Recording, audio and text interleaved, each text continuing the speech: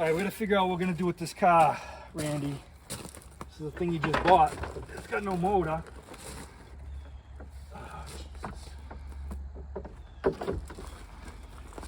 I mean, the wire's all roached out. It does have a battery. I don't know. I mean, what's your plan, Randy? It doesn't look too bad. I think I got a motor to put in this anyway. Oh, you don't know what you're talking about.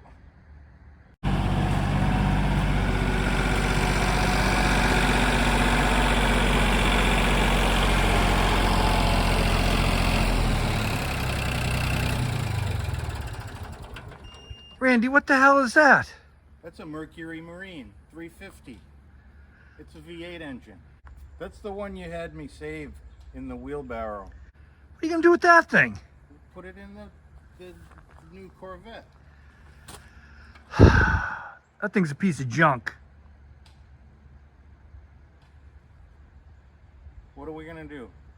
I don't know. We're gonna have to find a better motor than that.